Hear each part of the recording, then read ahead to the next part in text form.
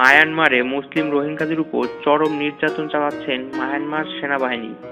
মিয়ানমারের রাখাইন রাজ্যে নতুন করে সহিংসতা ও সেনাবাহিনীর ব্যাপক দমন অভিযানের মুখে হাজার হাজার রোহিঙ্গা পালিয়ে বাংলাদেশে চলে আসতে চাইছে। কিন্তু রোহিঙ্গাদের প্রবেশ ঠেকাতে সীমান্তের নজরদারি বাড়িয়েছে বাংলাদেশ বর্ডার গার্ড।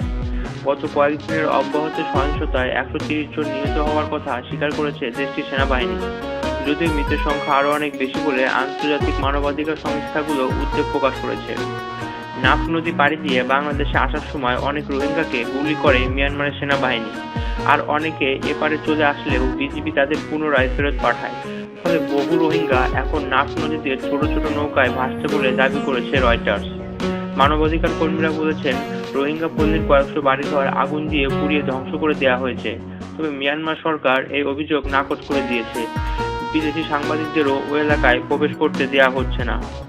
উল্লেখ্য, রাখাইন রাজ্যে 10 লাখেরও বেশি রোহিঙ্গা মুসলিম বাস করে, তবে সরকার তাদের মিয়ানমারের নাগরিক হিসেবে স্বীকৃতি দেয়নি। 2012 সালে রাখাইন রাজ্যে ভয়াবহ জাতিগত সহিংসতার পর এটি সবচেয়ে বড় সহিংসতার ঘটনা। ওই ঘটনারও শতাধিক নিহত হয়েছিলেন, যাদের অধিকাংশই ছিলেন রোহিঙ্গা। 2012 সালের ওই দাঙ্গার পরও বাংলাদেশ রোহিঙ্গাদের ভার বইতে অক্ষম জানিয়ে সীমান্ত বন্ধ করে দেওয়ার ঘোষণা দিয়েছিল।